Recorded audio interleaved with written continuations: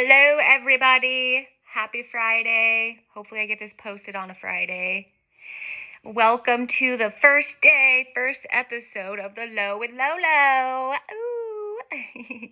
As you can see, I've got no fancy setup. I've really been overthinking how to start this, so I'm just going to try to start, you guys. There's one of my favorite quotes from Martin Luther King Jr. that goes something like, faith is taking the first step before you can see the whole staircase. And although that is terrifying, I have lived with that quote and done that most of my life. I grew up in Kansas, somewhere I didn't really fit, and I always feel like I had big dreams, like that Disney princess bullshit or whatever. But before I moved, I had that quote in a frame in my house in Kansas. I think I ended up giving it to a neighbor. But I recently was just thinking about it because I've been doing a lot of things lately, just kind of in a leap of faith, in just being authentic from the inside and trying to align things that are actually meant for me. And it's been fucking terrifying. And this is terrifying, But I have so much to share, and I'm tired of taking my own voice away. I'm tired of being scared, This podcast, today's first episode, I'll probably just be giving you the low on why I chose to do this and kind of who I am.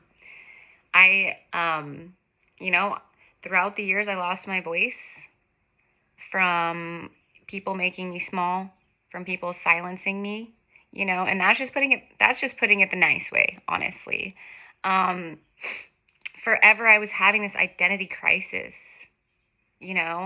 just believing that I'm just this small person,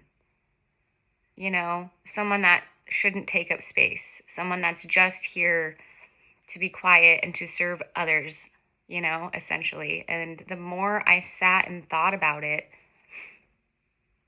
the more I realized that's bullshit.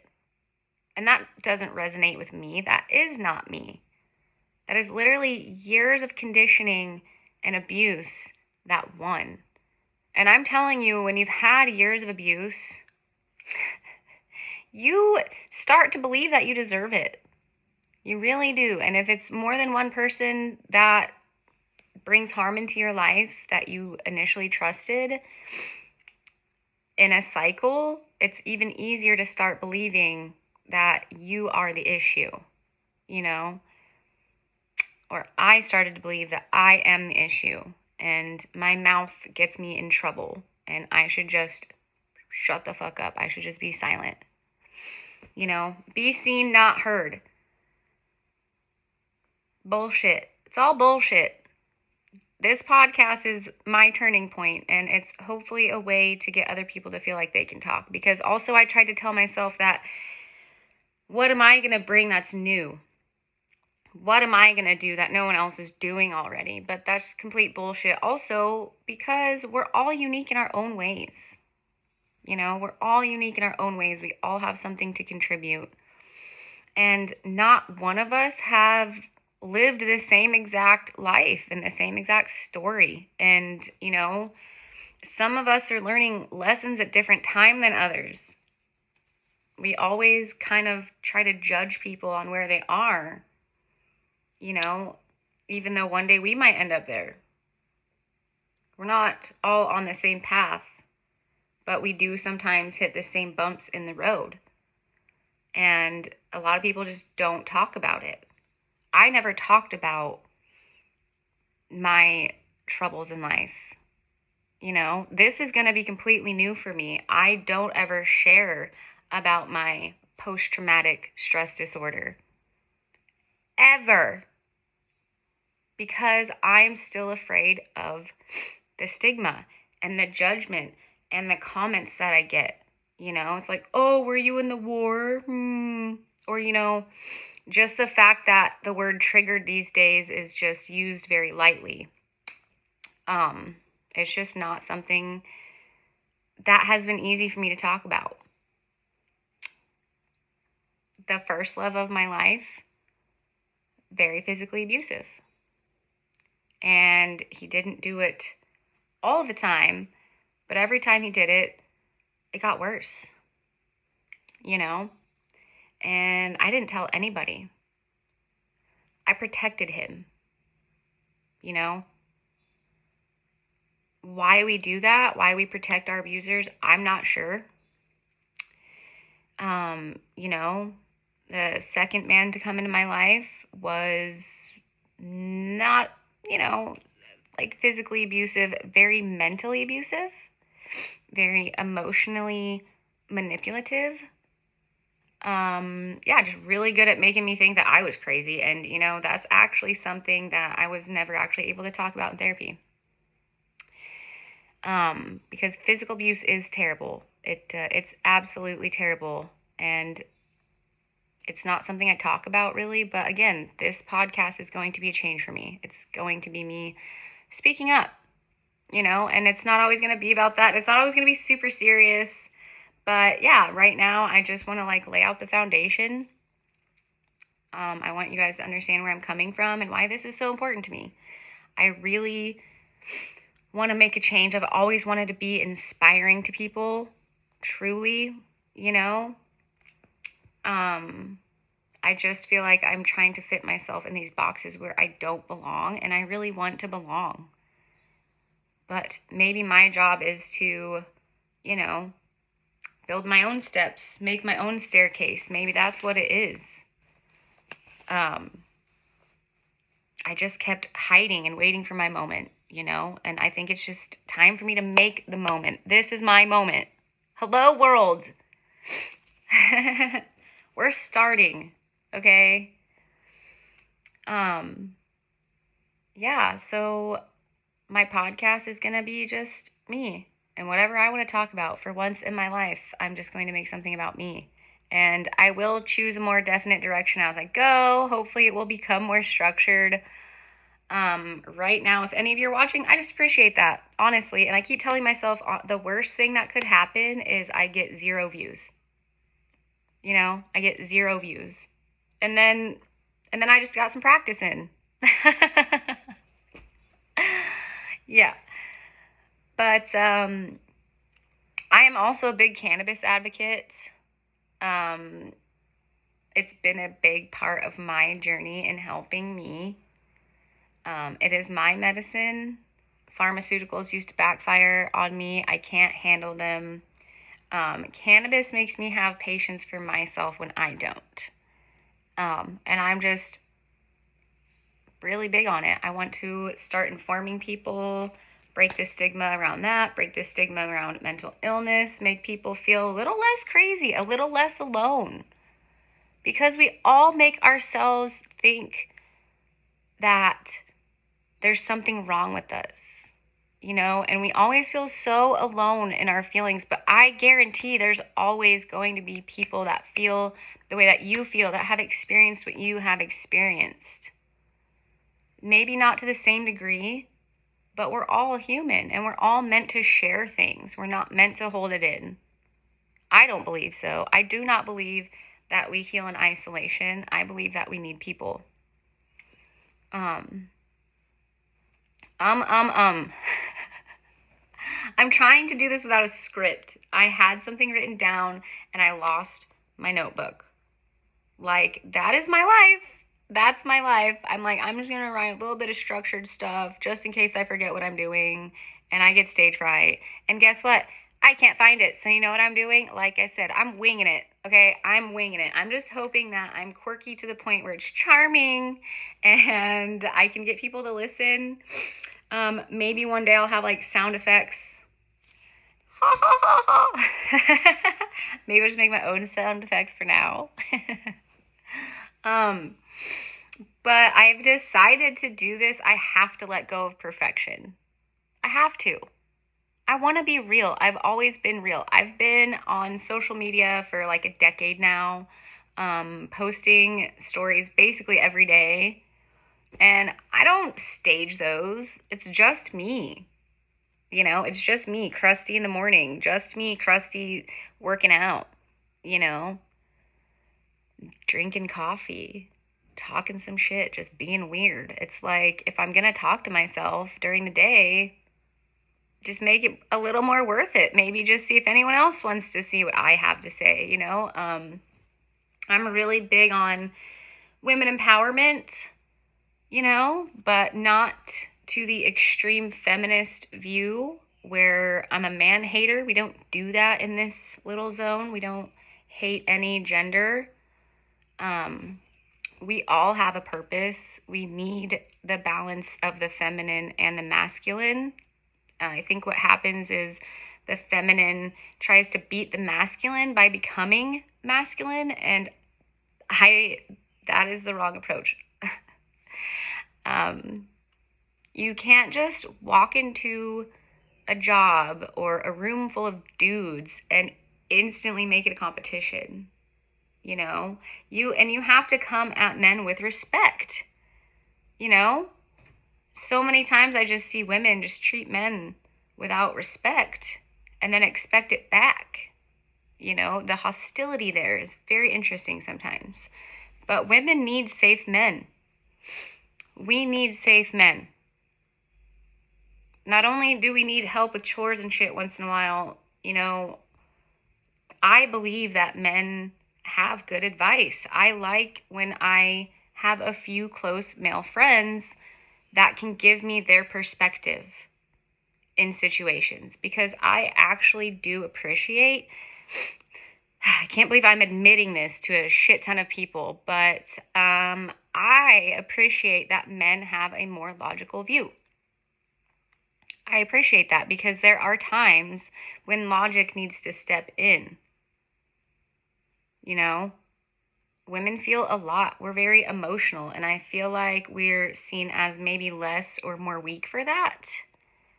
And I think that's, you know, I don't believe it's a weakness. I believe that we all have strengths. There's a time when emotions are needed, and then there's times when logic is needed. And we need a balance of those things, the feminine and the masculine. But over time, there's become a disconnect, you know? And it's still crazy to me how most of these issues that we're all experiencing as adults stem from our childhoods. When I started therapy 6 years ago, I went for like 6 years. I just stopped in November, but I thought that I was just going to go in there and talk about my shitty relationships. But no, it ended up being, you know, a lot of it going back to childhood, conditioning. These things are happening when we're very little and our brains are growing rapidly. You know, we only have what's right in front of us as a child to learn from. You know, the opinions that we make of ourselves from a young age start from outside of us, what people are telling us that they're seeing. And unfortunately, you know, little boys are taught not to feel, not to show their emotions, shove it down. And it's sad they become really good at it from what I've seen, you know, to the point where it's not just detrimental to people outside of them, but detrimental to themselves. No one should have to struggle alone. No one should be made to feel like needing to reach out for help or reassurance once in a while is weakness. It's not strength just to hold it all in. And it really truly breaks my heart. My heart breaks for women and men. I feel like we could get to a very healthy point. And I really just want to help facilitate these things. You know, get people to think from different points of view. I'd love to like have people on. I'd love to have guests on my show to talk to. Women that want to share their stories. Men that want to share their stories. You know? I want to make it like female empowerment based, But yeah, in a way that we don't shut out men while we do it. I want to do it in a way where we're not the enemy. We're your friends. Like, we're your allies. If there's men willing to listen, that would be amazing. That would be amazing, because I really just want you guys to know, okay? Women do like it when you show feelings, okay? Maybe I can only speak for myself, but my weakness is a man crying. I mean, granted that I haven't seen that since I was a teenager, you know? But a dude crying will make me crumble so quickly, and like I just stop and listen, you know? Sadness to people is such a scary feeling. It's, I'm a crier, and the amount of times I feel like I've made people uncomfortable from like crying or just being sad for 2 seconds is crazy, actually. And yeah, for a long, like, now I get anxiety. I've never gotten anxiety being vulnerable, but I literally will start to get anxious if I feel like I'm going to get vulnerable in front of people. It is crazy. It is so crazy. The world is in so much chaos right now, and honestly, it's always been in chaos. Think of a time when we all just got to put our feet up and relax, okay? There's always been struggles, and right now it's terrible. And we're in the time of social media, but no one knows how to communicate. We're turning into the robots. You guys, we need connection. We need human connection. Isolation is healthy to a certain extent. You have to be able to sit with yourself. You have to be able to meditate, but you also have to be able to trust people and let people in. Feelings are not meant to be held in. It will make you sick. It will keep you trapped. You know? So, yeah, with this podcast, The Low, with Lolo, I just want to give y'all the low on being human. Letting things not be perfect. I'm sure there's a lot of things about this video that's going to drive me fucking crazy. A million things that are going to drive me crazy about it, but I am 17 minutes into this, 17 and 45 seconds into this so far, okay? And I haven't lost my nerve yet, right? I don't know why I ever doubted that I was going to be terrible at yapping, because I am such a fucking yapper, you guys. I'm such a fucking yapper. I'm so genuinely excited to like start this. It just is really bogus, because I feel like I get most of my good ideas when I'm like driving the car or I'm falling asleep. So it's like having to shift from like winging it, but also like making sure I'm writing down notes, because I swear I've got the best one-liners when I'm just talking with my friends on the phone. And that's why I think it'd be fun to have guests too. I didn't realize how many people are actually too shy to get in front of the camera. It makes sense, but I didn't realize it, okay? I need to stop and give myself credit. Because, yeah, like I said, for years and years and years, I've just been yapping and talking to this thing, whether I'm sad or happy or mad. The last 2 years have been some of the hardest, just learning to be a single mom on my own again and balancing everything while dealing with a heartbreak, while dealing with moving. And I stopped posting for a little bit. I did, because I'm all about sharing my struggles and I don't mind being vulnerable. When I was going through my breakup, I would literally get on here with my cup of coffee just crying in the morning. Just crying and just like shitty. But the amount of support I got, once again, the amount of support I got when I decided to be vulnerable saved my life. Saved my life. And I'm still forever grateful to the ones that reached out and the ones that still do reach out. Because, healing's not a light switch. It's a dance. It's a fucking roller coaster. And sometimes I'm like, guys, I'm doing great. I'm doing so much better. Oh my God. And then it goes, and every time that roller coaster hits a low, I just want to hide again. But isolating myself has almost killed me before. And like I said, in those moments of being vulnerable, it's really fucking scary. But people will reach out because people care.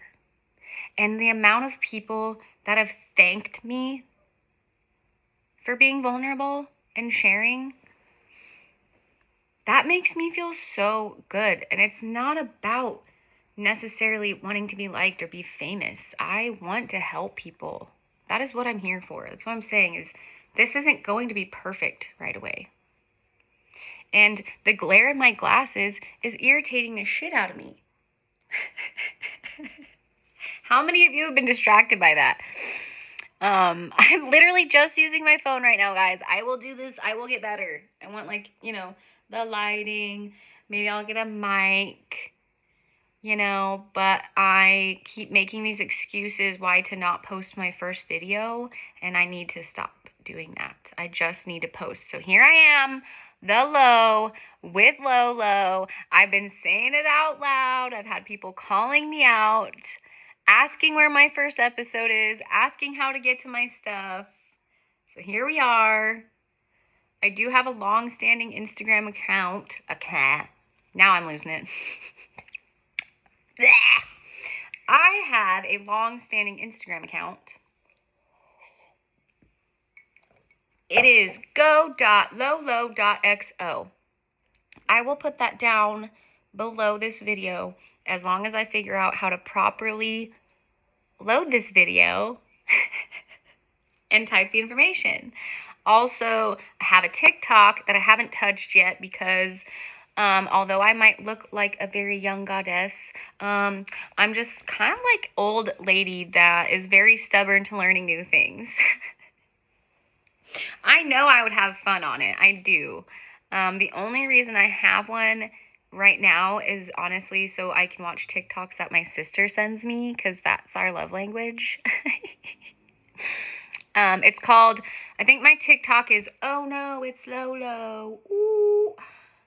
As of this moment, as I'm speaking, I have nothing uploaded on it, but I have heard that is a very good platform that I need to get used to and start promoting on there.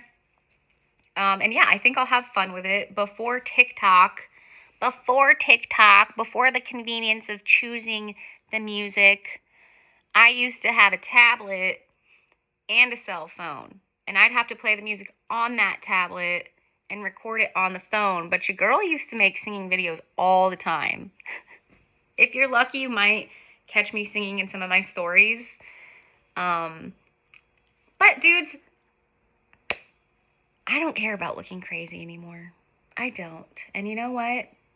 I feel like I was born to be an entertainer. I do. And I've always felt that way. Like I said, I keep trying to just bring in young Lauren. Just bring her back. Because when we had family gatherings, I was not hanging out with my cousins. First of all, I was the baby of like 50 million cousins.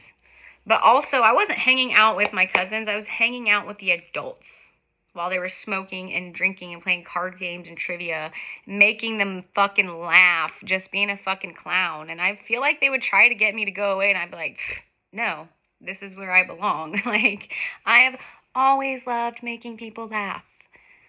And although I do want to hit some serious topics on this podcast, like, I just hope I can be funny too, because the last stage of my healing is always cracking a fucking joke, okay? I've got some morbid humor. So I hope you're all ready.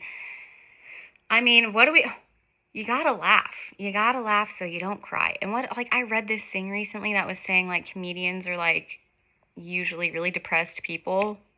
Like, most comedians have, like, clinical depression. And yeah, coping to, like, by cracking little jokey jokes. Like, we got this, you guys. Yeah, I make fun of myself a lot. I'm just like, yeah, most likely I will talk shit or do damage to myself before I do damage to other humans, and that's something that I'm working on too. But we're gonna do it. Yeah, I'm finding my voice. I'm finding my voice. Figuring out who I actually am, because going back to that, like, I'm really realizing that growing up is actually getting back to who you were before all the conditioning. And depending how much, how old you are, or like how many trials and tribulations you have, it might be taking longer. But I think it's important to not give up. Very important to not give up. Yeah, I grew up to be a people pleaser.